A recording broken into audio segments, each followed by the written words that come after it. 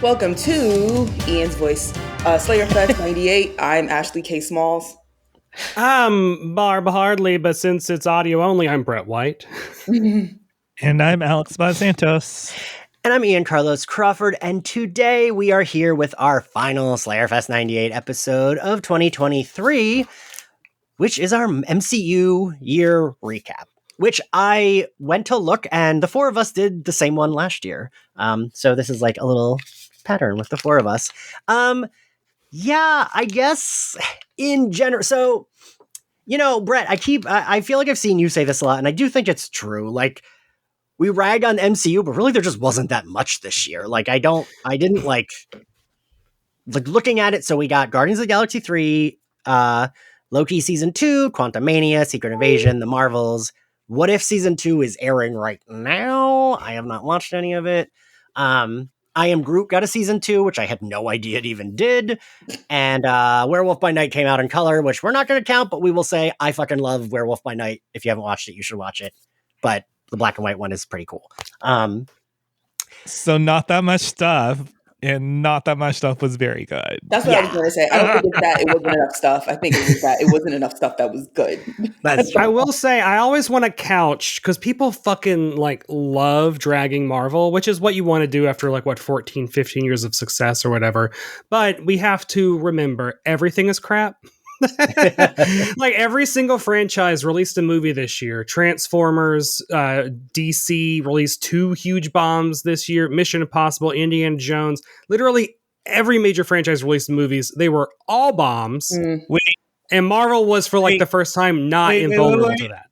Across the Spider-Verse. Yes, Spider-Verse did good. Yes. Yeah. Honorable. See, I was going to do the honorable mention since Miles Morales is my entire personality. But yes, in terms of Marvel content, Spider-Verse in general got the crown, which, to be fair, wasn't much competition for that.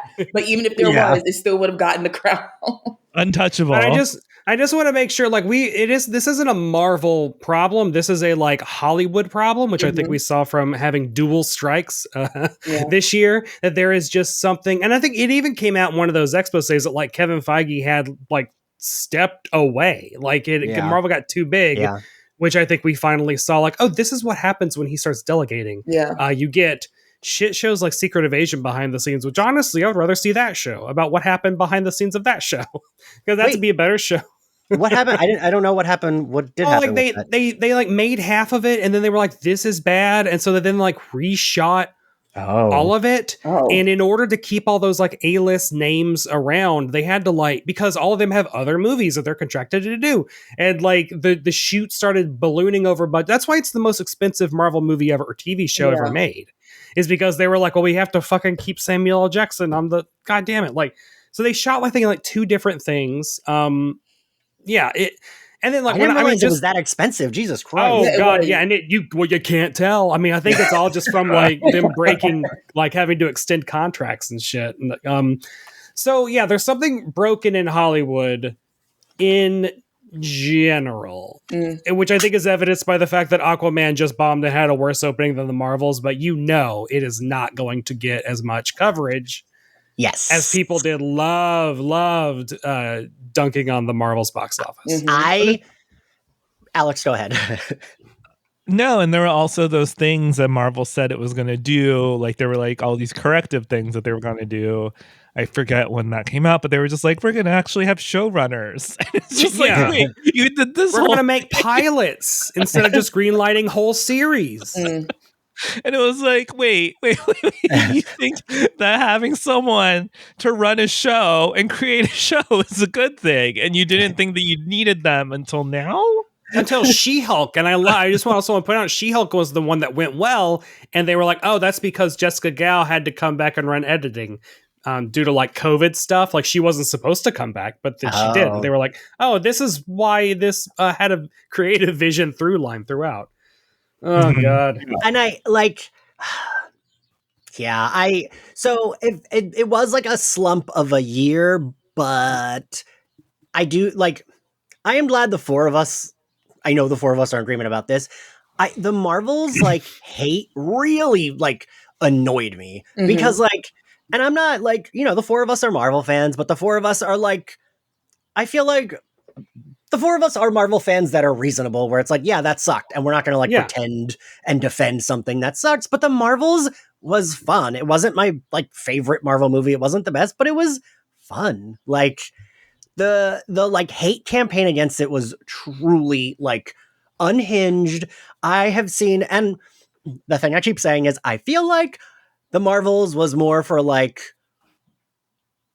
gays, girls, and theys. I feel like straight men hate this movie. Hate it. Even straight men I know that normally love Marvel are like, no, here's what they did wrong. And I'm like, think about why you're critiquing this movie more than you did Quantumania. Yeah. If they put the cast solution to this is just not listen to straight men. They were never going to let any film led by their coveted, I don't even want to say OG Avengers, because I feel like that puts it in OG 6, but let's just say they're never going to I'm doing my best to tap dance around it, but basically any of the films that are led by a white man affiliated with Marvel, they're never going to let any of those films take the brunt of Marvel is going downhill, even though this, I wouldn't even say that should have started with Quantumania. That should have started with Love and Thunder last year. That shit was fucking unbearable. And that should have been the first time where but no one was going to let the movie led by Thor, one of the OG 6 of all people, be the movie that started that conversation. So they let that frustration pile up for over a year until finally they could let, of course, Brie Larson be the target of it. And it's as we already established, far from the best Marvel film, far from the best superhero film. That's fine. I mean, y'all been calling shit mid for over a year, and this was actually a film that just was that definition of not that great, but not that fucking terrible compared to what it wasn't even the worst Marvel film from this year, as I think we said when we covered it. Oh, by far. Quantumania is the worst Marvel movie made, period. Calling Quantumania a movie is generous. Yeah, that's true. I mean, I will also say that I loved Thor: Love and Thunder, and I don't understand why people hate it so much. And I think that even if you hate it, you still have to realize it was still a Taika Waititi movie. Yeah. And we can argue that that's a bad choice, but I do still think that Love and Thunder showed the old Marvel standby of you give a director who has a vision, you give them rope and you let them run with it. And I think that the worst Marvel movies, like a Multiverse of Madness or a Quantumania, are where you could see all the behind the scenes strings, or you could just see we're just moving chess pieces around a board to get them to the next phase. Yeah. I think it's safe to say that Thor: Love and Thunder gave no fucks about where they left literally anyone at the end of that movie.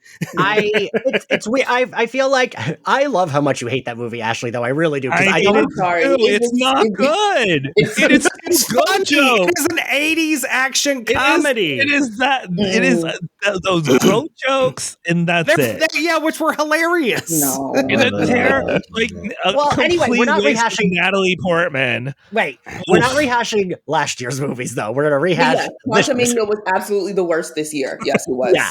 And Quantumania, I will say, unfortunately, I thought, not unfortunately, Michelle Pfeiffer was good in Quantumania. She was I felt like her scenes were enjoyable. And unfortunately, Jonathan Majors, who we now know is a piece of shit, he was good in it. I thought the two of, right? Yeah, that was that when the film came out. That's all I think when I went, came out of the theater, that was literally all I could say was Jonathan Majors was great.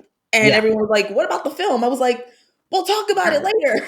It's that's all I got for you. Michelle Don't harsh the vibe. But that was quite literally at the time. And that all I had to say in terms of, about the film that I could say positively. And this was when I was doing my best to not completely trash the MCU, because I was trying to give it one more go.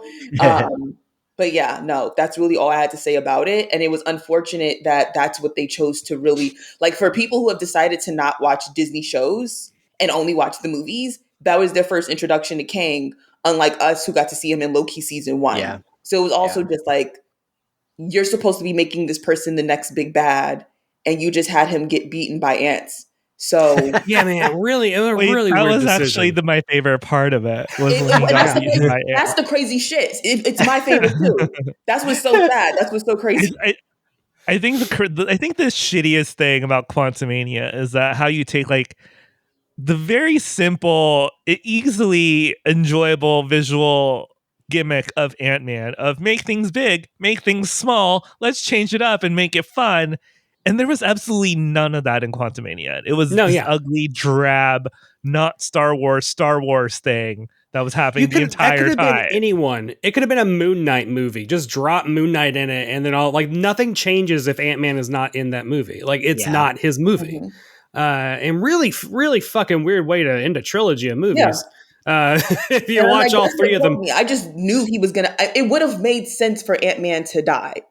Like if you're going to establish this person as the next big bad, it's the end of his trilogy. You've already set up who's going to take the mantle from him because his daughter's in the film. And his daughter's such an asshole in that movie, too. Oh, yeah, man, God. Oh, my God. I was rooting for Kang at one point. I was like, please kill her. I cannot wait to watch Kate Bishop and Kamala Khan try to get America Chavez and Cassie Lang into shape, because the MCU versions of them, oh my God, they've messed up both of them. Yeah.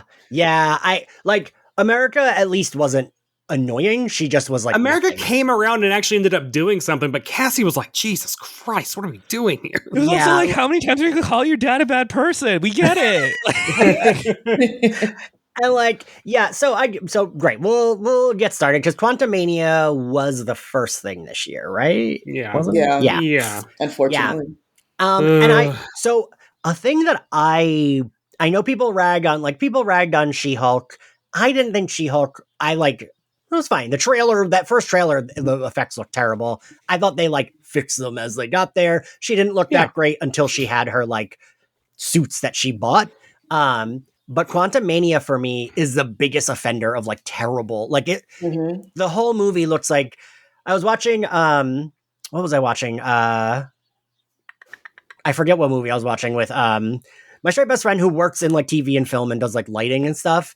I forget what movie we were watching earlier this week where he was like, well, this is a parking lot movie. They were craft services 5 steps off screen because this is all in a parking lot. And that's what Quantumania felt like to me. It felt so flat. Nothing looked good. And even some movies where it's some of this looks bad, at least some of it looks good. And Quantumania, I felt like there was nothing that looked good. And it was this is the movie you're starting the year off with. You're introducing who's supposed to be your new big bad for this phase. And you rushed it that bad where everything looked none of the effects. The scene where Michelle Pfeiffer and what's his face? Who's the Kirk Douglas? No. Yeah. Ant-Man. Michael Douglas. Hank Pym. Yes. Are standing in down the field, and it's the ship is behind them and the aliens are approaching them, and it looked like an episode of Buffy. It looked so bad. It was they were in a green screen, they did this real quick, and I don't know, that for me it was so bad it took me out. And I am a person who gives a lot. Like I said, Buffy is my favorite show, and no effect in that has aged well. No costuming has aged that well. And this took me, and I don't mind Black Widow's bad wigs. They don't take me out of it, but this fully, I was taken out of it the whole movie every time they were in one of their weird settings. And it was this looks so bad. Yeah. And it's crazy because Marvel has done this so many, they've done movies that are 90%, Infinity War and Endgame are scenes where they're just sitting in a coffee shop are 90% CG. And the fact that we've gone this long and all of it has been passable, for the most part. They've been brave enough to set whole movies on other planets and shit. And that's why this stands out so much, is because you guys have never really fucked up badly at all. And then this is literally every shot is blurry. Yeah. Everything is nondescript. It is all very much feels like they copy pasted from old Phantom Menace files. Mm-hmm. They're oh, we got access to these hard drives. That is unfortunately accurate. It does have me wondering, could Ant-Man and Quantumania get the first special edition that is just we fucked up before? So here's the exact same movie. We've changed nothing. We've just hit the sharpen on on all of the backgrounds so that they're at least bearable. And it was such a choice to make it like just a bad Star Wars movie, right? Like it was just like that is what the quantum world is like there's no imagination. You just made it look like a bad Star Wars movie. And even I'm sorry, it's just like, okay, this guy's whole thing is his whole jokes. Okay, cool. Like it's funny, like I get it. Like the first two times, and I'm just kind of like, okay, well, that's the joke that we're gonna keep going back to. This man in his holes. This is the best thing you can say about this movie. And you know what I actually liked? Like in retrospect, the scene that I remember the most that I actually kind of liked is the end when he's walking down the street and is like, "Did I fuck up?" And like everything slows, and he kind of looks around. And he's like, "Wait, did I fuck everything up?" And like, I liked that for like a hero story where he's like, wait, I won, but did I do it right? Did I like, for me, that was like the most interesting thing. And it's what, like the 2 minutes at the end of the movie, because I just like the idea of this hero who like, quote unquote, saved the day being like, maybe I did not save the day. Like that's an interesting take on it, but like nothing. Yeah. Quantumania bad. I don't think anyone would really disagree with us on that one. And then, was it Secret Invasion next or Guardians of the Galaxy? I think it was Guardians. Secret Invasion. Because Secret Invasion was like March, and then Guardians was May? Oh, are you... Wait, I think? Or was Secret Invasion pushed to June? I mean, probably. Jesus. Everything was pushed. I think Secret Invasion was June. It was late June. So yeah, Guardians is next. Secret Invasion was originally supposed to be like last fall. Right. So Guardians of the Galaxy... this is corny, whatever, make fun of me, but Barbie and Guardians of the Galaxy 3 were my favorite movies of the year. Yeah, hands down, absolutely 100% agree. I think Guardians 3 is probably my favorite Marvel movie at this point. Like, it is top 3 for me. So, highs and lows this year. Yeah, I like truly love this movie. I thought it hit the emotional beats so well. I cried like I cried at that opening playing, Radiohead's, is it Creep? No, it's not Creep, right? Mm-hmm. Yeah, it was an acoustic version. It's an acoustic version of Creep. Like, I cried at that opening. I was like, this is beautiful. And like, I feel like the movie consistently, everything looked pretty good. I felt like everyone was on their A game, like acting wise. The team, this is a thing that has always like, the teams sometimes feel like they're still coming together in the MCU. Like, we got the Avengers, but we got them for like 2 seconds as a main team, and then they split up, and then, you know, we had Civil War, then they came back together, and then they died, and then we haven't seen them since. Some of them died. But, like, this felt like a fully earned team movie where we don't need to, like, remind, oh, these people love each other. Oh, look how, like, look what friends they are. I thought it had really great set pieces. The music was fucking fantastic. That scene set to Space Hogs in the Meantime is maybe one of my favorite scenes this year, because it was like a beautiful music video. But yeah, no, I love this movie. I kept being worried every time someone got hurt. I was like, oh, they're gonna die, because we knew it was the last Guardians movie, and I actually appreciated that no one did. I kind of like the ending of like no one died. All of Rocket's friends died. Of the main characters, of like the characters that you knew. Yeah, going what are you, Peter? God, get out of here. we had to watch so much animal abuse, and it was still such a good movie. Also, I think PETA gave James Gunn an award. Wait, really? I saw him like tweet a thanks to PETA, but it's because he brought light to animal abuse and animal testing. Okay. I was like, yes, true, but he did that by showing a lot of animal torture. So much. I also Judy Greer is War Pig too. Judy Greer is War Pig. So bananas. It's so weird they brought in Judy Greer for War Pig. And War Pig has what, 5 lines? All of them were good because they're Judy Greer. I also think the movie, like, I don't know. I just loved it. I liked it felt like a quest, but earned. Like, they went to this planet to find out where to go for this thing, and like all of it was fun. I don't know.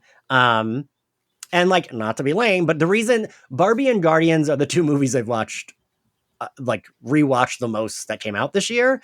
And like, you know, I had a bad year, but both of them made me cry in like a cathartic way. So it was like, I want to revisit those cries instead of my sad cries. And like, this was a movie that fully did it for me. But I will say that now when I rewatch it, I usually skip over the animal parts because they're just so sad. Not because they're bad, not because just it's like so sad that I'm like, I don't need to see this animal die again. Let me skip over that part.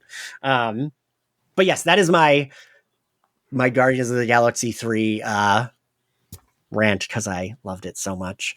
And I'm going to miss having James Gunn do Marvel movies because the Guardians movies, I also feel like Guardians of movies did the thing that people complain. Like, people complain, oh, too much is connected.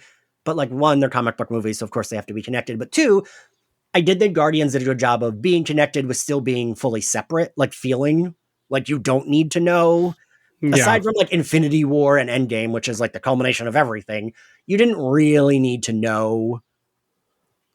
Like, it's not like you had to watch every single movie to know what was going on, right? But you should. I mean, you should. Yes.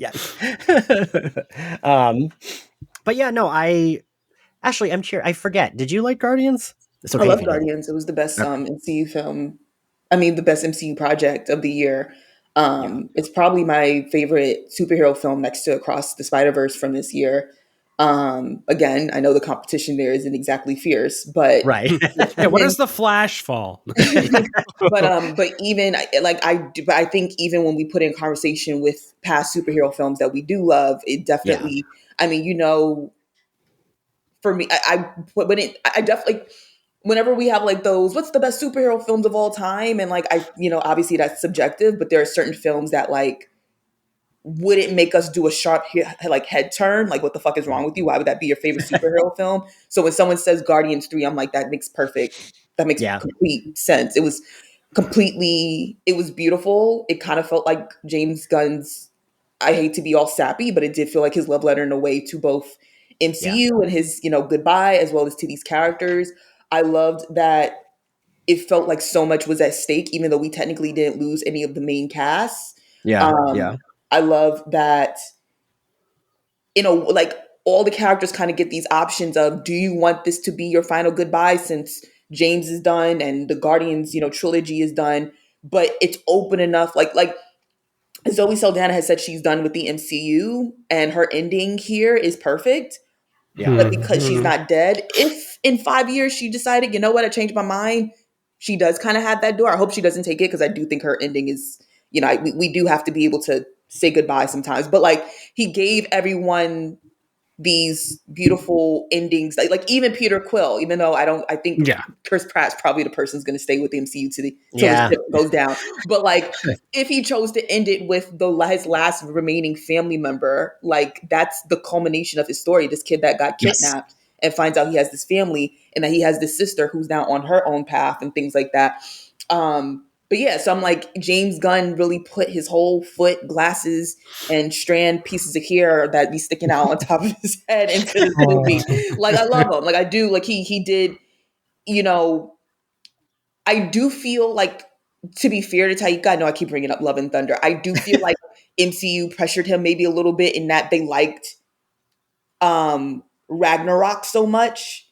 Yeah. And I think they lean into, it must have worked because it's more comedic than the first two. Let's do that again. In fact, let's do that twice as much. And it's like, fuck, let's not. But I do feel like, I guess maybe because this was James' last hurrah, maybe they were more hands off with him. Yeah, I guess. Or maybe it's that he just has maybe a little bit more power in that his, cast like stuck by him more or some shit like that. I don't know. Yeah. But whatever the case may be, thank God they kept their hands off and let him very clearly. He went through every line, both in terms of script. He worked so well with these actors. That's why they trusted him. That's why they stuck by him with that whole, not to act like it wasn't a big deal at the time or nothing like that. But they were very much like, y'all fire him when you coming back. Like, I'm like, that's real shit. Like, that's y'all are real for that, for real. But yeah, no, he I mean, it really did feel like, I mean, it was, I hate calling a movie perfect because I'm sure we could overanalyze it and find some things wrong with it. But I mean, he did a phenomenal job in ending this trilogy on such a great note. I have to give it to him on that. So yeah, it was next to Across the Spider-Verse. It was my favorite superhero film of the year. And I think if they choose not to move on with it in terms of the actors and, you know, because they have given 10 years of themselves, just like the OG 6 Avengers, I think all their stories have ended really well, thanks to James. So I have to give that to him. Yeah. No, I fully agree with that, Ashley. I think, and that's what I meant when I said, like, they didn't need to kill any of the core team members to make it feel like a good final ending. And I feel like usually in an end, people feel like they need to kill at least some of the characters. And yeah, I thought it just felt like a very complete trilogy. I also liked that, like, Nebula, I didn't like her at first, but I slowly started to like her. And in this movie, I like really fucking loved her. Yeah. Like, I love the place she ends in. And I kind of actually hope we see her again, but like see her, right. But like see her as like the person who's running, Nowhere. Yeah. I feel like considering what's next, I could see, you know, I mean, like, I think the two people who have said they're kind of done is Drax. How dare I forget the actor's name of Drax when I used to watch wrestling growing up? Oh my God. Batista, Dave Bautista. Yes, Batista. Batista and Zoe Saldana both kind of alluded like this is it. And I feel like their story, like Drax, full story, coming back to being a dad. Zoe's character, I mean, the way James made that work in terms of, you know, she got, you know, the version that we got to know is dead, but this version of where I love that he didn't try to do some sappy shit of like, she suddenly gets some random ass memories of another life and is back to being, you know, like he leaned into because Gamora is a good person at heart. She got brainwashed in a sense because she was kidnapped basically. Right. And so it's like he leaned into that a bit, and like she's still rough around the edges because she's been traumatized by her dad, but we know at her core she's still a good person. Hence why even when she's trying to be this semi-villain, because that's what she's basically been trained to be, she still leans into her core, which is to save people, even if it's even if it's a raccoon. And you know, her main reason for still sticking it through these people who are basically strangers is that there's one person who is not a stranger, and that's a sister. And that even so, we still get that dynamic of the fact that like through all of that, there's the sister relationship that is the reason why the Gamora we knew died in the first place, trying to protect her sister. So it's like the way James still was able to play with this essentially different character, but still keep the essence. Like it was so well done. And I hate to like feel like I'm kissing ass a little too much here, but I feel like considering what we've seen some other directors do, I don't think anyone else would have done as good of a job there. Kind of he was sticking around. And you know what? Like I really liked when Marvel, like, what was it? Was it after Annihilation that they kind of formed this incarnation? Yeah, it was during Annihilation, Annihilation Conquest. That was like one of my favorite at the time, like big Marvel crossovers, and I loved that incarnation of Guardians of the Galaxy. Like I had like casually read the Future Team when I was like little, but I didn't really like them. But this, like, I loved it immediately. I would have never guessed that Rocket Raccoon and those comics could end up becoming like the heart of movies based on that series, right? And they did a really good job of that. Because the only thing that bums me out is like because now I've become a huge Marvel cosmic nerd, and I'm like, damn it, I want an Infinity Watch movie. Like I want Adam Warlock to like get his shit together and have Drax and Gamora and Pip, and I need Sasha Velour to play Moondragon. God damn it! like you know. So it kind of is I'm bummed about like, you know, Drax and Gamora being gone, and they still haven't ever met Moondragon, who I love Moondragon. Mm-hmm. God, I love Moondragon. I'm sorry, I don't know if we're ever getting her. No, I mean, well, yeah, I don't think so either. I mean, I just love how unapologetic bald woman. Someone tweeted the other day. They were just like, Marvel needs to lean into like its weird characters of just being like. It's just like, give us give us Ashley Park as Moondragon and some weird fucking shit happening. I was like, that is what and that's, I mean, this is last year, but that's what I wanted more of from Namor. Is I wanted more of him being just a fucking bitch, and he was more noble, and whatever. We make choices. Emma Frost is still coming, hopefully, but no, yeah. I think what makes Guardians so good, and I think if you look back to the first two Guardians, is that it's always like James Gunn has always tried to tell this story of like these people who come from like these very like abusive families or this family of loss, which I think is Drax and Groot, and they try to make like their own little family. And I think that's been like woven through. And then the second one, you get Ego and you got Mantis, and it's like the same kind of like he plays a lot with like the ways like abuse affects its characters. And I think even in this third one, you get this kind of like bigger portrait of these are all these people just trying to cope with what they've been dealt with. And I think that's what made it so effective is in the first two movies, you have this through line, this thematic through line. And it's just like, it just pays off so well in Guardians in a way that other movies like Quantumania, that flaming piece of tire fire dog shit, just absolutely did not care about. Well, and even Alex, to your point, and you've said this before, like I feel like all of y'all were the ones that made me kind of realize it's like, I love the Avengers, right? I love that team. I love Robert Downey Jr. as Tony Stark and Chris Evans as Captain America, but like they weren't that close, right? No. Like they were coworkers. Yeah, they were coworkers who like sometimes liked each other, but also sometimes fucking hated each other. And Guardians of the Galaxy fully like did chosen family so well. That like that's like what I've been missing, right? There was an Instagram like poll now that people can create their own like things or whatever, and one of them was X-Men related and was like, you know, your favorite X-Men couple, your favorite X-Men artist, favorite one. When it came to favorite X-Men movie, I was just like Guardians of the Galaxy 3. When it comes to like vibes and what I really have always wanted from an X-Men movie, the Guardians of the Galaxy movies are the only movies that have ever come close to replicating that. You know, from trauma, we have forged a family of misfits who will like ride or die, do anything. And when backed up against a wall, we will fuck shit up. God damn. No Sleep Till Brooklyn montage is the best thing that Marvel Universe has ever fucking done. And that is just a whole bunch of assholes, just like the Always Sunny cast, just with a bunch of knives, just stabbing monsters. Can we talk about that though? Like that's what, and I'm like just that fight scene and the dynamic of like, it's crazy because even though Age of Ultron is kind of ranked as like the worst of the Avengers movies, I'm not saying it is, I'm just saying oftentimes the way people talk about it. But like that was the closest we ever got to like those fight scenes of everyone's specialty being worked together. And like watching that No Sleep Till Brooklyn fight where they go from each member of the Guardians. Like we start off with Mantis literally flipping around people and stuff like that. You don't always forget that this woman is basically an acrobat. And then, you know, we zoom into to Groot literally putting branches through people. And then here comes Rocket to climb on top of Groot, shooting people one by one. And then the camera pans into Peter Quill throwing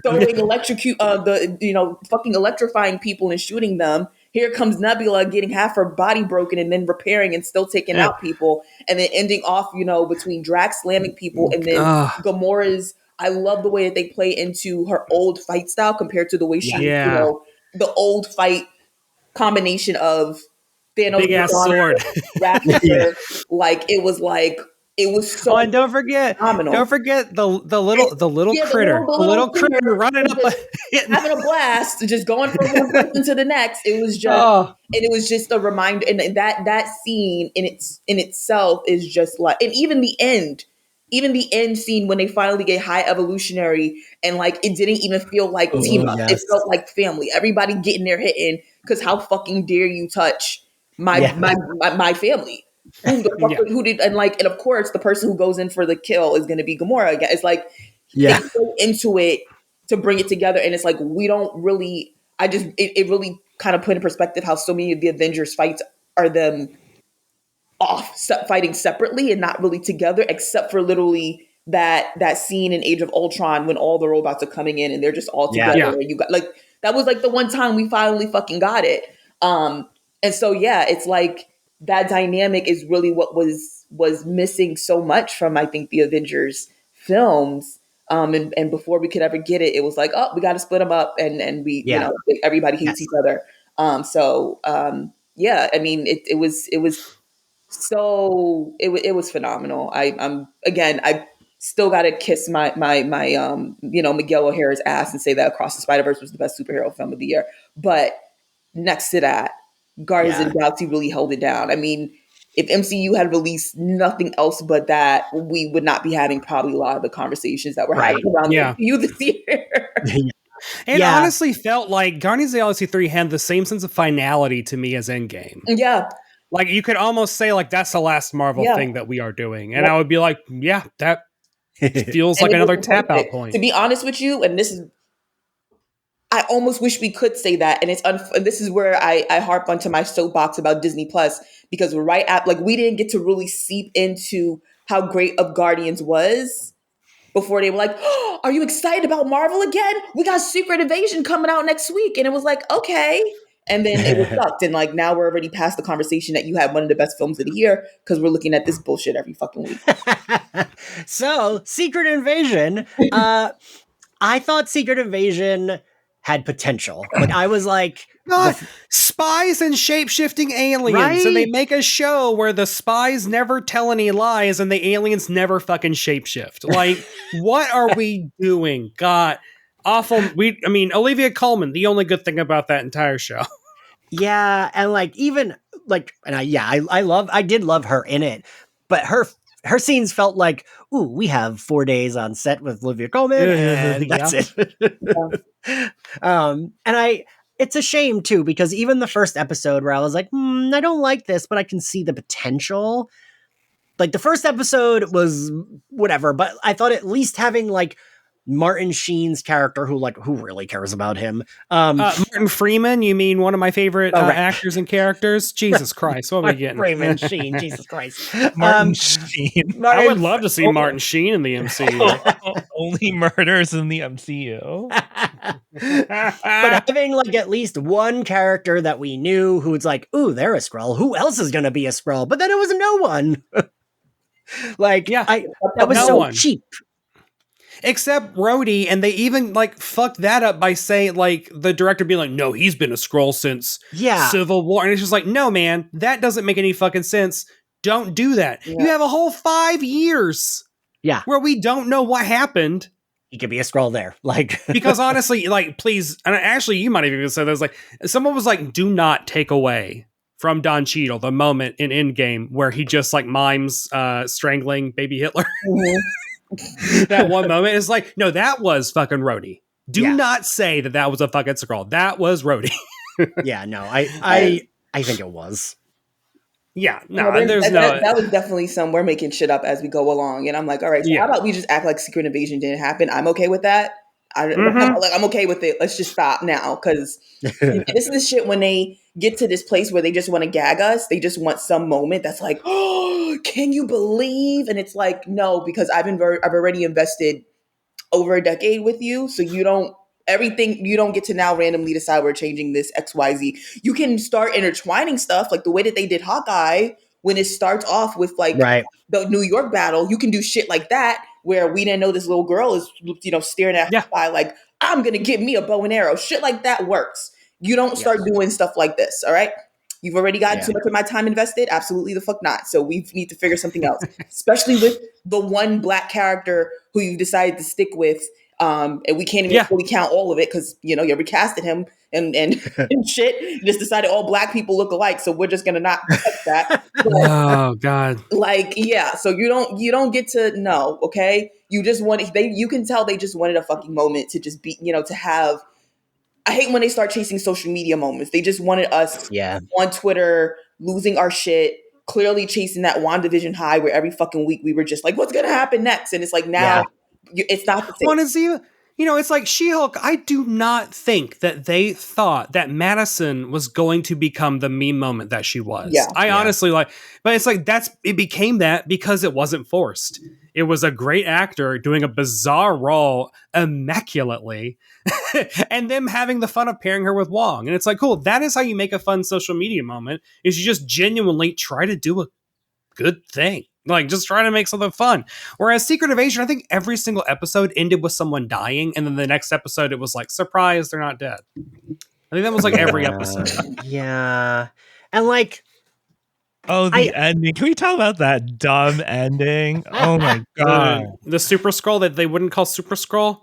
With Super weird Skrull? Giant head growing powers?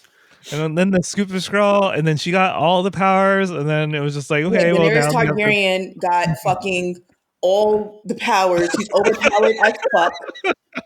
And your only big bad that we currently know of is fucking King, who is technically a human, and you got fucking Daenerys out here with every Avenger power, and so I'm like, this is what's gonna piss me off, because the only thing that they can really do is find a way to basically kill her off, like literally in the beginning of Secret Wars, because otherwise we ain't seeing her again. We're never seeing her. Yeah. I would be surprised if we saw anyone from Secret Invasion again. What drove me crazy, and this is from like just being a press person, like when I did the Secret Invasion junket and I had to interview Adair Ben Kingsley. Is that his name? No, Ben Kingsley is a person. Yeah, no, that's a separate. It's that's a human being. It's Ben Adair. Kingsley Ben Adair. Yeah. So when I had to interview him, and I'm not going to fault any actor in a junket, because junkets are horrible. You have to answer the same questions over and over again all day. But he was very low energy. But I was like trying to keep it going. And I asked him like, well, like as you're playing a Skrull who loves being a Skrull, and you're like trying to get back to like, we're all Skrulls. We shouldn't have to hide. But like you are playing a character who has been in human form for so long that like, you're mostly a human all the time. Like, did that factor into your performance? Like, is there any self-hatred? Like, how do you reconcile being a zealot for like a cause that you yourself can't even embody? And he was just like, I didn't even think about it that much. And I was like, okay. To be fair, I mean, I know I'm an overthinking Marvel person, but I'm also like, you're an actor that has to be with this character for like 6 episodes. Like, I don't know. Just to be fair to him though, when those who knows what script he got are mostly CGI and not really, because Chris Evans has had these type of interviews too, where, don't get me wrong, he very much hypes up the fact that he's Cap, but it's also just like, it's not like the same experience of filming, certain things like on location and actually with stuff when, you're not really like there, if that makes sense. And so I guess, so I guess like as an actor, I can see that having like an effect when, in terms of actually getting in tune with the character, because it almost feels like you're playing with robots a bit. I don't know if that makes sense. Yeah, and even like, who knows what story parts they've even told exactly. you. So it's just like, I can't even put that completely on him, because I was actually thinking when I was watching it, like, he is a phenomenal like talent. If you've ever seen Regina King's film One Night in Miami. That movie is great. He was so good. He was great in it. And so I think like next to everything else, one of my main critiques is that they got such amazing talent for this show to really do nothing. Yeah, I was trying to see if there was a more intelligent word, but yeah, that's basically it. Is that like, yeah, you got this Emmy-winning actress, this Oscar-nominated actor, and you just, this is what you did with it. You did a storyline that, quite frankly, if tomorrow you said we're just going to act like it didn't happen, I think half the fandom would be okay with that. And it's like, that's so sad. It's like you ran out to get such talented people, and at this point, I'd be okay with you getting no names than using them to do this, but whatever. Also, Nick Fury was married to a Skrull for 20 years. Yeah, but he was in space for the past decade. So, I was positive she was gonna just be in the Marvels, not in like a remember Secret, but just in like his wife lives in space with him, because didn't she leave for space with him at the end of the show? I don't remember. I don't know. I think after Daenerys went into the air, I think I turned that shit off, and I was just like, okay, so. Oh, you didn't love her baby arm, her Drax baby arm. Hello, can we fucking talk about that shit? What the fuck is going on? What the fuck is going on right now? Right. Also, you want to show strength, so you show Drax's arm, bitch. Right. Like, come on. And like that also feels weird, because it's like, no, he's just an alien. He's not like, I don't know. That's like, I just assume that's like his alien race. And that feels like weirder. Yeah, I mean, like, Skrulls are probably she might be as strong as Drax just by default. I mean, based off of the power ranking in terms of MCU and not the comics, like from what I could see, like, yeah, like we know Skrulls are super strong. That's why the one that Nick was always with would always be the one to have to like bust open doors and shit like that. So I was very confused. Yeah. Then out of nowhere, you got Captain Marvel's powers. Why didn't you just start with that? Because is she not the most powerful person in the Right? It's like, that would be my starting point, because then you just win. But so I do think that they will never tie anything into Secret Invasion ever. Like, I don't even. Maria Hill was killed. Like, Well, fuck that. Yeah. God. I don't Okay, Alex and Brett, you both, did either of you interview her for like the press junket? No. Because I felt like in every fucking thing, and I guess they were just trying to do a fun bait and switch, but it wasn't fun. It was stupid. When it was like, every interview she would be like, yeah, this is Maria Hill's story. Like, she's finally getting the center stage.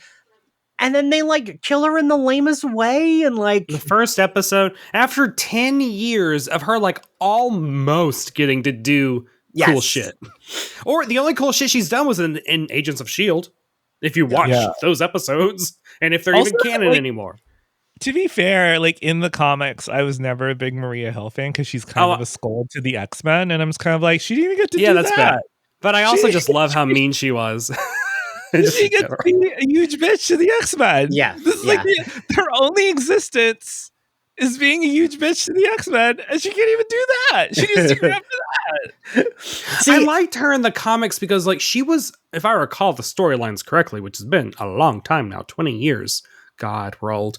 Wasn't she, like, set up to be the S.H.I.E.L.D. director because they all thought she was incompetent and it would be easy to, like, manipulate her? And then when she found that out, she was like, well, fuck all of y'all. And, like, so I don't know, I liked that middle finger energy that she had in a lot of the like mid-aughts comics. Yeah. Which, like, Kobe Smulders always almost got there. Her best moment is in Winter Soldier when she's like, hey guys, you got 2 bogeys come whatever, and she just like rolls back in her chair, murders 2 people immediately, and then just immediately goes back to her typewriter. What were you gonna say, Alex? The thing with me is, you know how people say they have face blindness and blah, blah, blah, blah? The only 2 people I always get confused by are Lake Bell and Colby Smulders, and both of them got axed in both MCU, in both like in Wakanda Forever and in Secret Invasion. Now I never have to worry about it again, because I would always get them mixed up. And I'm Wait, who would you get mixed up? Colby Smulders and who? Lake Bell. Oh, she was on the rig in Wakanda Forever, and then she was almost like a bunch of Marvel people, but never wasn't she almost Peggy Carter or something like? Well, and she's the voice of Black Widow in What If? Oh, right. She's almost Colby Smulders. Oh yeah. I was surprised that in Wakanda Forever, I was like, oh, cool, what character is she gonna be? And then, oh, just a random person who dies on this boat. I was like, wow, they killed Maria Hill. Oops, it wasn't Maria Hill. This could have been the year of Jessica Drew. We could have gotten amazing kick-ass Jessica Drew in Spider-Verse. And then we could have gotten, I was convinced that Emilia Clarke was playing fucking Spider-Woman, because this is Spider-Woman's story. It's almost like how they made Days of Future Past about Wolverine. It's like Secret Invasion is Spider-Woman's story. Right. Like, can we get, please? I love Jessica Drew. And the bummer is, while I don't love the comic, once we got the Secret Invasion comic, I don't love the comic that much, but I loved everything leading up to it. And they did such a good job hyping everything. Like, when Spider-Woman, it's Elektra first, right? Elektra gets killed. Yeah, Elektra's the first one they find. And like, I think that would have been so cool to like plant those seeds of like, they kill someone, like they defeat the villain and then they die. And it's like, wait, that was a Skrull? What? And like, that doesn't even have to be like, if you're listening, this is a perfect way to get rid of Kang. Yeah. And yeah, I don't know. It was just like, it's so like, I know that the MCU often, I mean, like you just said, Brett, like Days of Future Past was made about Wolverine. Sure, I understand they make big changes, but this was like a version of that comic. And it's just so weird that such a huge, sweeping, epic crossover, whatever, was diluted to like, The white guy from Wakanda Forever that you probably don't remember, and we'll shoehorn Rhodey in at the end. I mean, the problem with that, though, is that you're working when you have Secret Invasion in the comics is you have like 50 years basically of stuff. Right. And then like here, it's just if you spring it, when they sprung it, it was just like there's like what, 8 characters? Like the subterfuge and like all like the dubious stuff that's happening and all the dastardly deeds is like it doesn't go back that far, right? And it's like there's no real like the whole thing with Secret Invasion is like there's a lot of finger pointing and being like who did what, was it always good, have they always been good, right? This you don't have that same element, and so I guess we don't even need to call it Secret Invasion, you can just call it like Skrull Spies. Call it literally anything else. Do we think we'll actually see Nick Fury's wife again? I like the actress a lot. Me too. But it just felt like, I don't know that we'll see her again. I will say also, like, they were both good actors, and the scene where they're like talking at the table and you know they're going to try to kill each other was like, oh, these are two actors like doing good work, but like it felt like we just breezed by that after it happened, and it was like, yeah, we tried to kill each other, whatever. Anyway, moving on. So then next would have been, God, would it have been? I think Loki. Yeah. Yes, Loki season 2, which I liked. I did like it. Hands up, I liked it. It did the Marvel thing of like, 5-part movie instead of one show, but my biggest gripe with season 1 was I could not stand Sylvie. I felt and like I love Sylvie. God damn it. Well, but Brett, you still liked season 2 though, right? Yeah, I mean, my one complaint was like I love Sylvie so much in season 1, and then she didn't really get to do much in season 2. And she had a really cool haircut in season 2. We need to see more of that mullet. I was gonna say that she got a good makeover in season 2. I thought her hair looked like great. I liked it just because it was a little bit more contained. We got to know more about the TVA. I still am like, what does that town or city or whatever the fuck it is look like? Like, I want to see him walking around in the street where the TVA is situated, because we see all these flying cars, we see all these other buildings. But I liked it. I thought the end was fucking cool. I barely understood what was happening. The music, the score, it all worked for me. Yeah, I don't know. I liked it, but I also feel like it feels like with everything this year, except for Guardians of the Galaxy and Quantumania, they did like no promoting. I feel like those two movies got... Well, yeah, the strikes hit for Loki and Marvels, and, we're definitely not taking that into account when we're talking about low box office. The fact that the actors were not able to promote the movie at all. Same thing with Aquaman right now, Like, what if season 2 is airing right now and I didn't even know until yesterday? And I was like, well, guess I'm not going to watch it for the recording. I was meant to watch like 2 episodes this morning and then forgot. But yeah, I don't know. Alex, you didn't watch Loki season 2, did you? I was tapped out. Okay, that's fair. That's fair. I had too much Marvel, too much stuff, and I was like, I didn't like Loki season 1 that much. I thought it was kind of complicated for a thing that shouldn't be that complicated. I also find the whole multiverse thing very exhausting, and I think there's a reason why our favorite things this year were stuff that was like placed outside of this multiverse bullshit.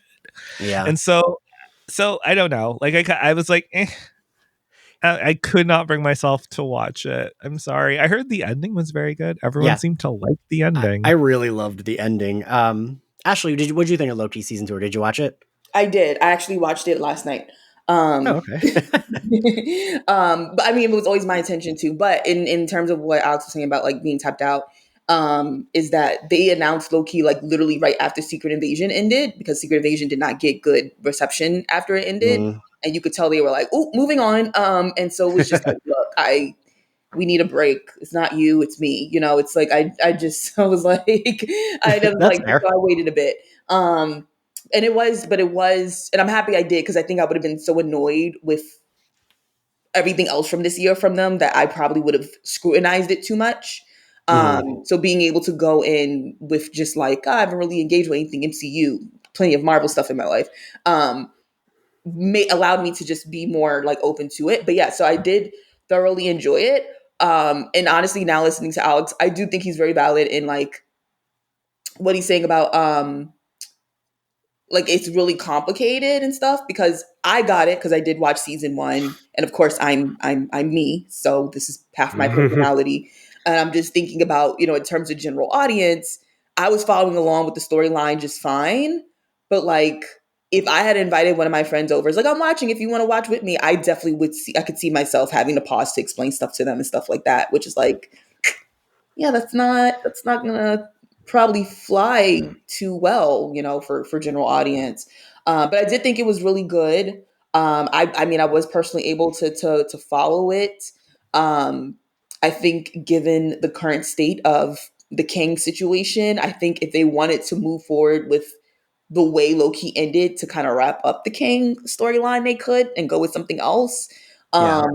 If they wanted to. I don't know what they're going to go to. They may choose to just recast and move forward with the way that they were going to. I don't know what their plan is. But if they did choose to, like, you know what, Quantumania didn't have a good reception, I don't think people are really liking Kang that much, let's move on to another villain. You know, they technically could here with Loki. And honestly, Loki could even set up the whole multiverse saga, because basically the way that he ends is that he is, you know, instead of going the route of killing Sylvie and allowing only the sacred timeline to continue, he basically takes the seat of, you know, the end of time and holds everything together so people get a choice. But in that happening means that all those timelines where, you know, different things can now happen.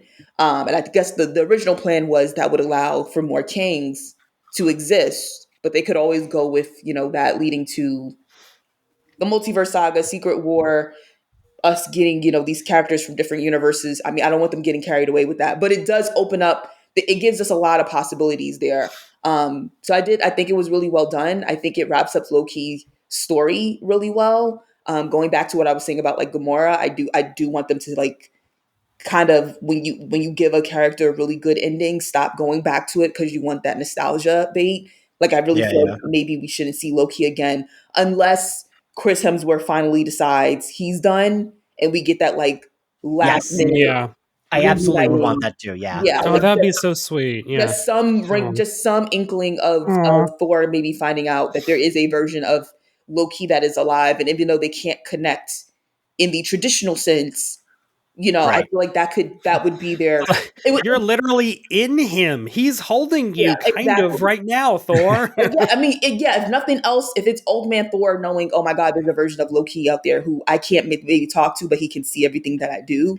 And I can, you know, like something like that. That's the only time I want them to come back. And I feel like, you know, Tom Hiddleston is an adopted Hemsworth. So like that would probably be that would be a way for him to come back. But I think this is such a good anti-hero ending for Loki without them ruining it. So because that's my fear. Like I don't want them trying to beat a dead horse because they, you know how MCU does with nostalgia. But yeah, so, but yes, I did think I thought it was really good. I would say next to Guardians is probably my second favorite project that the MCU came out with this year. Again, to begin with, but okay. So then I guess after Loki season 2, we have the Marvels. And I know we all are in agreement that movie was ridiculously unfairly hated. See, like to me, I think the Marvels. So when the Marvels was unfolding in front of me, when they got to the planet of all singing and dancing, or all singing, it hit me like, oh my God, this is 100% what Marvel Comics were like in like the female-led titles of like the late 70s, early 80s. Yeah. Like this is the kind of shit they had Dazzler and Spider-Woman and all them do. And I was like, this is perfect. Like this feels like it felt like it was pulling from an era of Marvel that was previously untouched, of like weird, small team up adventures that do stupid stuff. But they're the kind of stories that like when you're an adult, you're like, oh man, I remember this one storyline where they went to a singing planet, or you know, and I think like that was cute. And that's exactly what this movie should have been. I think that it's like the kind of thing Marvel should do more of, is just standalone team up movies that are fun. Like the key is you don't have to spend $200 million to make them. Mm-hmm.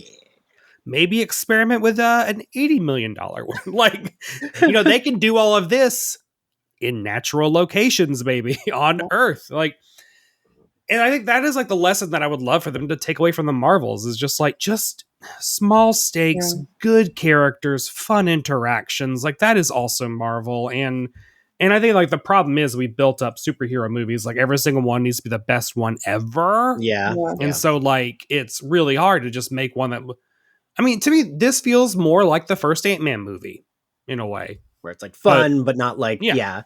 And like, I don't know. I thought they all had really good chemistry. I mean, Kamala Khan, I've seen people like rag on her in this movie, like delegated to like sidekick. But like, I really don't think she was. Like, I found her to be like fully the heart of the movie. And like, no other character had their family as main characters. And the fact that they took them to the space station. And I'm like, oh man, they're going too? Great. We get to still watch them. Awesome. Yes, like that made, I really thought like, okay, the scene in the house, we're seeing her family, but like, that's it. And we'll see them maybe at the end, she goes home. But like, nope, they brought them to space with them. Like, I loved that. And I thought, I don't know. I thought it was so fun. And I thought those three actors had such good chemistry. I loved their back and forth. I loved Kamala kind of learning like, oh, this is what happens when you meet your heroes. Like you're very excited. And then it's like, oh, they still kind of let you down a little bit. And I also really loved, again, like I've loved the Captain Marvel like lineage of characters. Like in 2000, the Peter David Captain Marvel series with Jen Isbell, it was like, X-Men was bad for me at that time. And so like that Captain Marvel series was what kept me in Marvel Comics. And, that the premise of the Captain Marvel character for so long was he trades places with Rick Jones, perpetual sidekick, talk show host / like rock star / the guy that, made the Hulk by accident because he was hanging out on a nuclear testing base.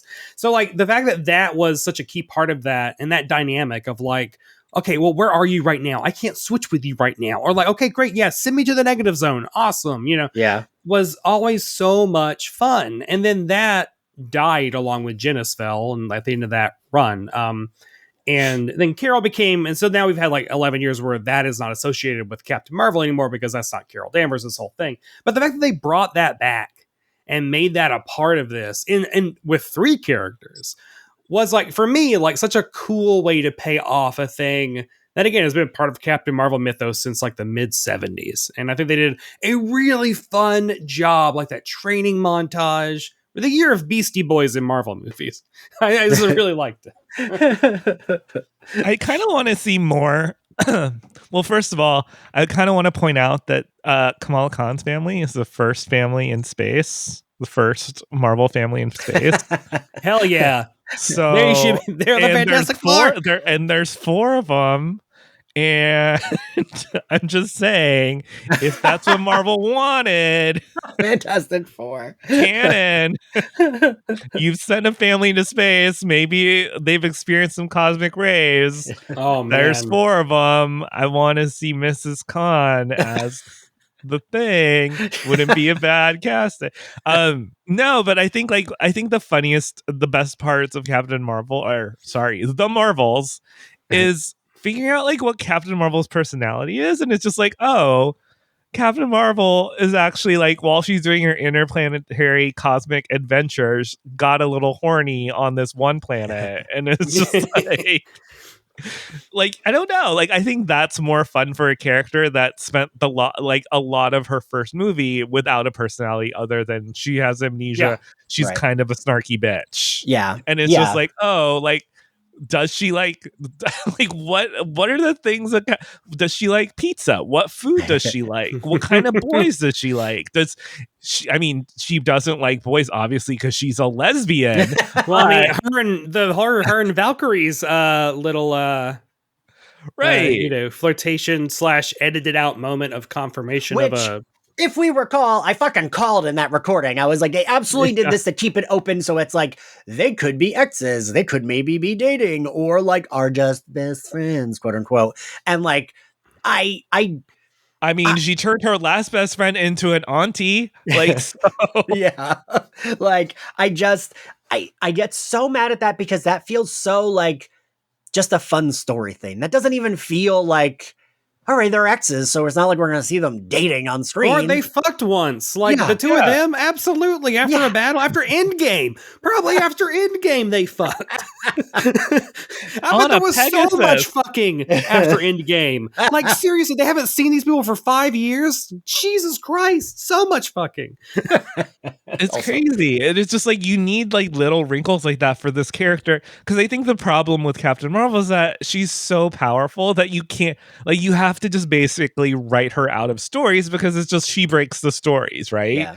And it's just like it's a Superman problem. Yeah, add in these fun things that she's doing while she's off planet. Like, what is she doing? I don't know. Like, is she like, make it fun for us? Make this character fun. Yeah. And I like Carol Danvers is one of my absolute favorite characters. And I mean, the Marvels is also part of my mental health journey this year. As I say, while I'm dressed as a woman, drag queen. I'm in drag right now, because I'm filming after this.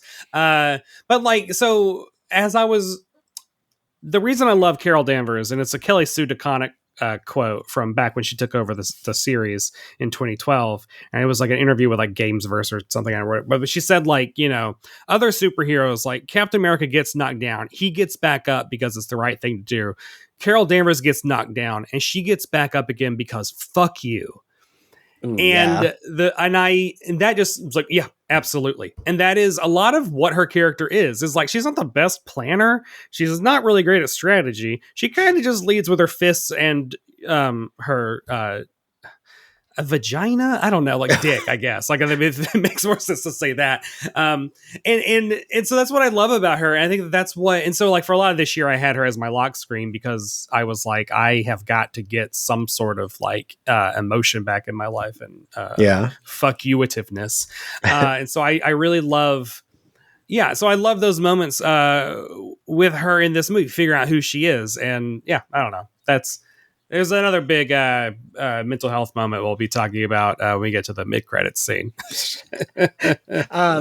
God. So do we want to talk about the mid-credits scene? I mean, we as well, right? We're there. So, man, going into this movie, the when they realized like it wasn't tracking well or whatever, and they were like, okay, god damn it, well, we know the mid-credits thing is fucking like Beast showing up, so we definitely have to put that in all the trailers without putting it in all the trailers. And so they're like, what comes next? X, you know. And even then, like, the last trailer was the mid-credits scene. Was it? I didn't even see that. The last trailer had Monica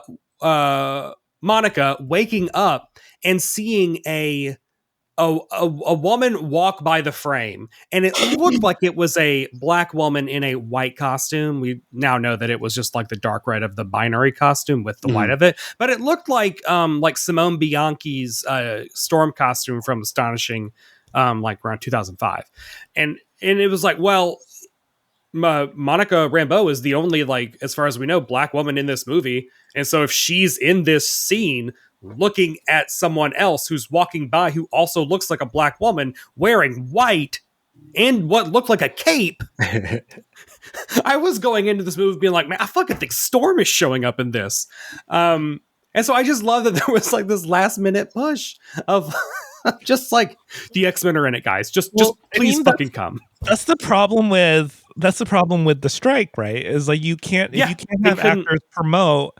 You have to figure out ways to tease this movie. And I think that is what happened with The Flash a little. Not to say that Flash was good by any means, but they basically ruined the surprise of Michael Keaton, like, in every trailer. They were just like, oh, and he's in it, and this is what they do in it, and this is everything that happens in it. And it was just like, this is how they were trying to sell. And it's just like, okay, well, now you've revealed basically all of the entire movie, all of the twists. And I don't know. Oops, all berries. So like the mid-credit scene comes and I'm like expecting, I mean, I wore like a rogue pin to the movie. I was like, I don't fucking know. We might see a fucking glove come out and touch Carol and take her powers away. I'm like, I'm ready for anything to happen.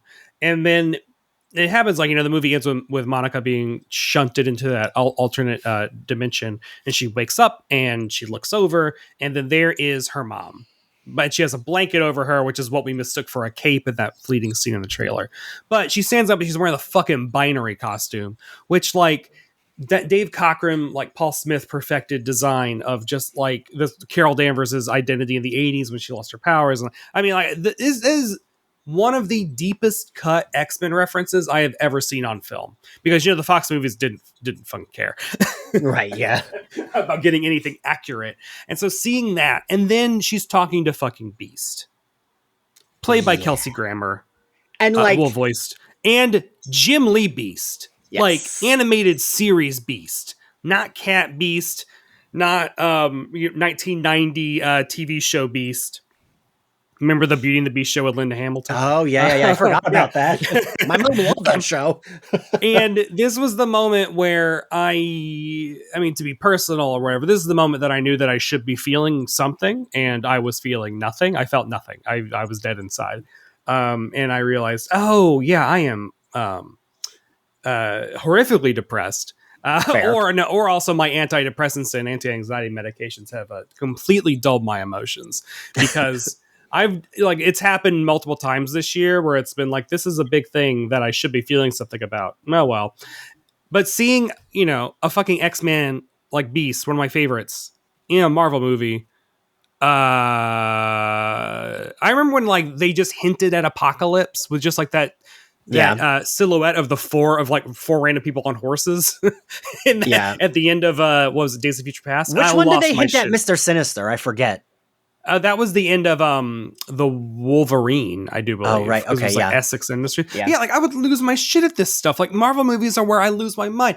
I lost feeling. I had a panic attack when Han Solo died in Force Awakens. I am accustomed to feeling shit. And the fact that I didn't feel anything about the Beast led me to, I saw that on Monday. On Wednesday, I told my supervisors I was taking mental health leave, and I did that on Thursday. So thank you, the Marvels, for making me realize I needed to go on a 2-month hiatus from work. So that's my and like really start figuring out like medications. So thank you, Beast. I made my husband buy me a Beast statue for Christmas because he's part of my mental health journey now. I love that. I will say I wept. I wept when I saw Beast. See, that's what I should have been feeling. And I'm curious, Alex, I feel like you will disagree with me. I feel like a lot of people were saying how bad he looked, but I thought he looked fucking great. And I was like, this is what I want Beast to look like, not a weird deranged Muppet like we got in X3. And like, he looked like a beast. I don't know. That's like, for me, that was the best version on screen. It's not like a twink who changes into the beast sometimes. Give me this big blue guy with like weird fucking hair and like a lab coat. That's what I want. And that was what I got. And I hilariously read a spoiler. I know Facebook, whatever, but I still have Facebook. I like use it for the podcast and stuff. My Facebook is a nightmare of spoilers in recommended for you posts. Because now every fucking social media site does that, where it's like, you don't follow this, you should, and it'll be a full on spoiler. It was to a recommended post saying, Kelsey Grammer's Beast returns in mid-credits scene in the Marvels. And I rolled my eyes and was like, this is clearly a fucking fake rumor. Why would Kelsey Grammer's Beast be the character that pops up in Marvels? That's the X-Men character. Frasier returns too. Right. Like he has other things going on. Like, this man is actually booked right now. And also, Kelsey Grammer did an appearance at a bar in a town over from mine in South Jersey. So I was like, there's no way he's in a Marvel movie right now. Like, he is promoting his Frasier at his new Frasier reboot at a local bar in Jersey. He's not in Marvel. But then he was, and I just forgot about it. And I don't know if any of you remember, the same thing happened to me with Multiverse of Madness. I had read, Professor Xavier and the Illuminati are in it, and Wanda kills them all. And I thought, that's fucking stupid. There's no way that happens. And I told coworkers that I read this dumb fake spoiler, and then it was true, and I had spoiled the movie for a lot of people. So I need to stop doing that. But like, it like left my brain until I saw him on screen. I was like, oh my God, that spoiler I read was right. And I don't know. Alex, what did you, I am curious what you thought of that. Of the scene? Because I know you are you're an X-Men gal through and through. I mean, I'm an okay. Full disclosure, I love X-Men. X-Men till the day I die. Full disclosure, I'm also worried about any kind of Marvel treatment for the X-Men because it's just it might be bad. No. And so I don't know. Like for me, I thought the cooler part was that Maria with Maria, but not Maria was binary. And that whole idea of like, because it's just, I mean, if you really want to take it down in technicalities, if Maria becomes binary, or is she Carol who Carol becomes binary in the main timeline, right? If in this parallel universe, which isn't like the main timeline, like basically like it's like, okay, well then Maria becomes binary.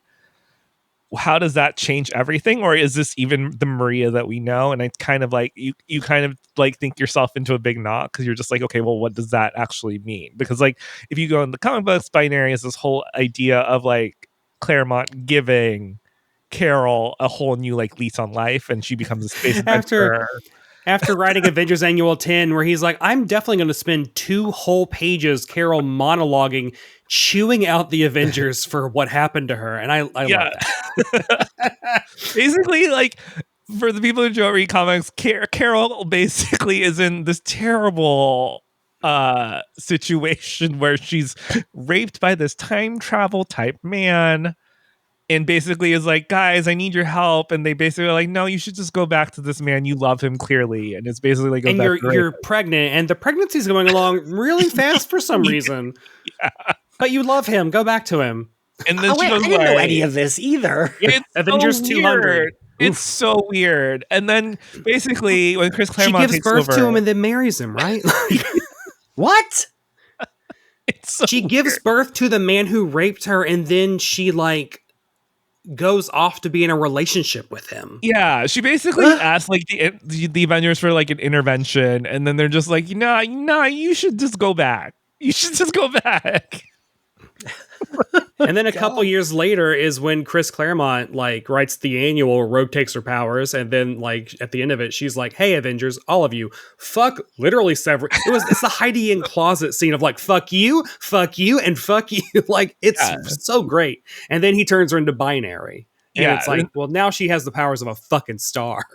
Yeah, and then the cool thing about binary is that she just is like, the X-Men are basically her friends because like the X-Men are doing their space adventure, and she's like, nah, like I don't. She's like, you guys are cool. We're cool. We're all very cool, but I'm super powerful now, so I'm gonna go fucking do some adventures. It's like, fuck all of you guys.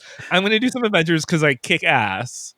And then just like the whole idea of like Maria becoming this like star, basically this white hot star, is kind of amazing to me and kind of really fun for me as like a comic book Easter egg. That is a roundabout way of me saying, yes, I like this scene because Maria gets to be binary, and binary is so fucking cool in the comics. And great for Lashana Lynch. Jesus Christ. I'm so glad that they... Yes. I wanted her to play Monica. Like, she was so fucking good in the first Captain Marvel that I was like, you have to figure out a way to keep her like the same person in 2018 or whatever instead of 1995. I do want to say I do love Tiana Paris. I do think she's great. Oh, I love Tiana Paris so much. I do like that Lashana Lynch and Haley Atwell seem to be ones that like are down to like reappear, and like the MCU people seem to like those actors, so they're like, let them pop up as much as they can, and I appreciate that because I do like them both. Yes. Ashley, I keep seeing you mute and then unmute, so I'm like waiting for you. I'm like, go ahead, Ashley, give me your... Oh, yeah, I mean, I was just letting them, because they were, it was like... screaming about the X-Men. Yeah, like, and then also it's like, everyone's heard my opinions here already because I was on the Marvels podcast, so like I've basically given most of my 2 cents there. I guess really where I'm at with it is I just kind of wish we were at the X-Men already Yeah. in terms of the Yeah. MCU. I really feel like that probably should have been the next step. Maybe the Fantastic Four first, and then X-Men. Yeah. But as I think Alex or Brett was saying, but then I'm also very nervous about how the MCU will handle them because they're an allegory for so many things. And, of course, I hate once again with the Slayerfest audience to get on my soapbox about what they did with Falcon and the Winter Soldier. But considering what they did with that show, I'm very nervous about how they'll deal with the many messages that are usually attached to X-Men. I mean, of course, they could go the route of Fox and just act like those messages have nothing to do with anything. And, we're just following Wolverine around, which I was okay with doing that when I was a kid because I had a crush on Hugh Jackman. So I was all for it. But I don't want to see part 2 of that. So I am still nervous about it, but I do feel like that should have been the next step. So and I don't know. I think they're struggling with how to bring the X-Men in and still connect it with the story that they have, which is clearly the plan. And maybe that shouldn't have been the plan because I am personally love Binary, but it just seemed like such a reach in terms of trying to connect the current MCU timeline to like Foxverse. It was just like we need we need a character that they're familiar with, and we need to connect them real quickly to. I think I agree with you in the podcast we did for the Marvels. I didn't think anything looked bad with Kelsey Grammer. I mean, I don't want to be like, oh, he's old, but like I completely understand not wanting to sit down for 24 hours of makeup for a 5-minute scene. Like that would have been insane. I mean, shit, it was so bad for Jennifer Lawrence when she did Mystique. She literally went in like, please kill me off. Please get me out of here. But she was like, I know that my whole thing in the first movie was mutant and proud, but if I could just like not be a mutant for the third one. Yeah, exactly. So I'm like, yeah. But I think they did a good job with it personally. I am ready for X-Men, and I'm just like hoping and praying that this shit doesn't get so bad that we get to a place where I don't even care about that anymore. Cause I'm like, we don't have much time here, guys. So on the upside though, we have Deadpool and Wolverine next year. And I know it's like, oh, we're getting, Hugh Jackman again. I am so far up Hugh Jackman's ass when it comes down to it. Cause both as an X-Men fan in terms of, I get it. That was a really weird way to go with portraying the X-Men stories. But at the same time, he's great. Exactly. So I'm like, he's my favorite. He's the only Wolverine I will tolerate. Exactly. Him and like the 90s animated Exactly. version. So it's just like, but I do feel like as much as I know this is going to be jokes, it is a really good opportunity to, they have a good opportunity here. I don't even want to put any like hopes on anybody's minds, but it's a good opportunity here to do some things. So I'm going to, without saying it and possibly, once we say it out loud, it's like MCU immediately is like, all right, we got to do the opposite of everything they said. So I'm just going to say like, it's a good opportunity and we'll see what happens. But I liked the Marvels. Was it my favorite superhero film? Was it my favorite MCU film of the year? Did not deserve the shit that it got. And I don't know what's really, I'm starting to become a pessimist here. I feel like no one's going to want to hear me talk about MCU no more, but I don't know what's really next here with them. I have faith. I don't know. I'm an optimist. Well, I really liked in like the exposés that were published that they pointed out Kevin Feige had stepped away because it got too big and he was like working on other things. And so like to me it's like, okay, that gives a reason why things got real fucking disjointed and weird. And the fact that they have said it, hopefully means they'll fix that. Yeah. And like all the things they said about the TV shows, about how they're going to finally start making TV shows that are made like TV shows, is also like, oh, good. Okay. It took them a long time. At least they learned a lesson. So like, I don't know. I'm still the optimist of like, honestly, to me, the Jonathan Majors thing is a godsend because I'm like, y'all need to not just fucking like wipe the slate, wipe the fucking slate clean, and start focusing on like good director, good actors, good characters. Make a fucking movie like Iron Man 2008. Like just start. Like, and I think that they're doing so much to connect shit, and it's like I really don't think Kang needs to be the next big bad. I mean, I was excited for a minute. And considering what we've seen this past year, I don't know if they were doing a good job of making it connect. So maybe not. I think too much multiverse. Yeah, exactly. Even things that aren't Marvel are doing multiverse. Yeah. Big Brother fucking did multiverse this year. Like, we need to stop. And then, it's weird. So there was the Buffy audio drama that came out this year called Slayers, a Buffyverse story. And when I talked, we had Amber Benson and Christopher Golden, who wrote the series, on, and we talked to them. And I asked them, I was like, I know multiverses have been in vogue lately, and they're like, whatever. And they actually said they came up with the story. They pitched it years ago. Like, they pitched it pre-pandemic. Man. And it is weird how shit like that just happens to all come at this. Like, like how, what was it? Fucking Armageddon. And then what was the other one that came out, I think that same year with Taya Leone? Deep Impact, yes, baby. Deep Impact. It's weird that, those projects seem to all happen at the same time, because I do like multiverse stories. Like Days of Future Past, I played that with my action figures all the time when I was a kid, because that was, my favorite comic storyline that, ooh, I could have a universe where, half these characters are dead, but it doesn't matter because the main universe is fine. And I would have a character travel to that universe and play ooh, look, they all died. And it would be cool.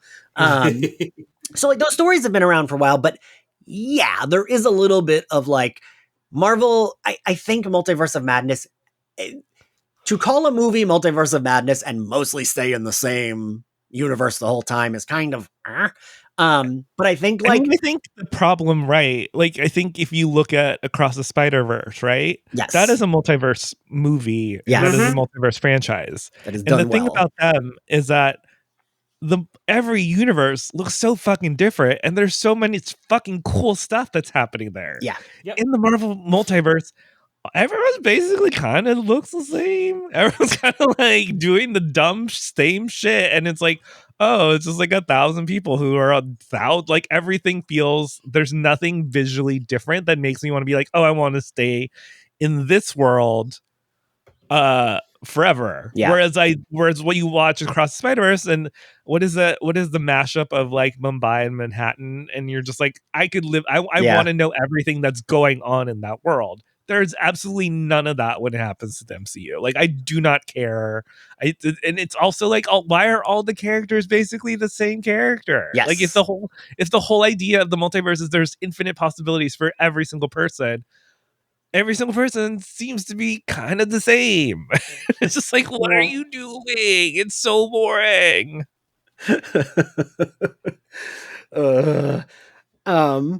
Yeah. So, all right, I'm going to ask whichever of the ones you saw. We're going to just give our little rankings. Alex, what would you rank the ones that you saw this year? Oh my gosh, Guardians first. What else did I watch? What was it? Guardians, Marvels, Quantumania, Secret Invasion. Oh God. And you didn't watch Loki season 2, right? I did not watch Loki because the first season bummed me out so much. So I would say Guardians, Marvels, Secret Invasion, Quantumania at the fucking bottom of this barrel. I don't know. Those two are fucking fighting for the bottom. Yeah. Fighting for rock bottom. I don't know which one gets there first. Ashley, what would be your ranking? Guardians 3, definitely number 1. I'd put Loki at number 2. I probably put the Marvels at number 3. I haven't seen What If, but even with the one scene that I saw of Elizabeth Olsen just voicing Wanda, I'm willing to put it at number 4 before both Secret Invasion and Quantumania.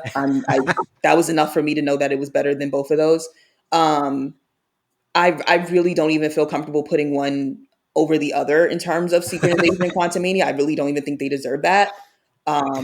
If I was to, I guess just the fact that Secret Invasion has the existence of Rhodey and Nick Fury in it, but then they fucking don't anymore because Rhodey. Yeah, you know what? Yes, I'm done trying to sit here and make sense of it. They just both get the bottom spot. I don't give a fuck. Yeah, I don't. They just sit there together. Brett. Guardians 3, obviously number 1. Loki season 2, then the Marvels, then What If season 2, what I've seen so far, which are the first 2 episodes, which are as fun as the first season. So like obviously it's number 4 spot. If it blows my mind, it could overtake the Marvels, but like I don't see that happening. But I don't know. And then for the bottom, of course, our garbage duel of the stinky things. They're stinky. I'm putting Quantumania over Secret Invasion just because Quantumania was less of my time. That's true. Yeah. Secret Invasion wasted a month and a half of my life. Mine is Guardians of the Galaxy 3, The Marvels, Loki Season 2, and Quantumania only goes over Secret Invasion 2 because like I liked Michelle Pfeiffer in it. And like the Secret Invasion, like while that scene of Nick Fury and his wife at the kitchen table, these were two good actors acting. There was nothing where I was like, okay, I like this part. There was like literally nothing in that show where there was like something I could like.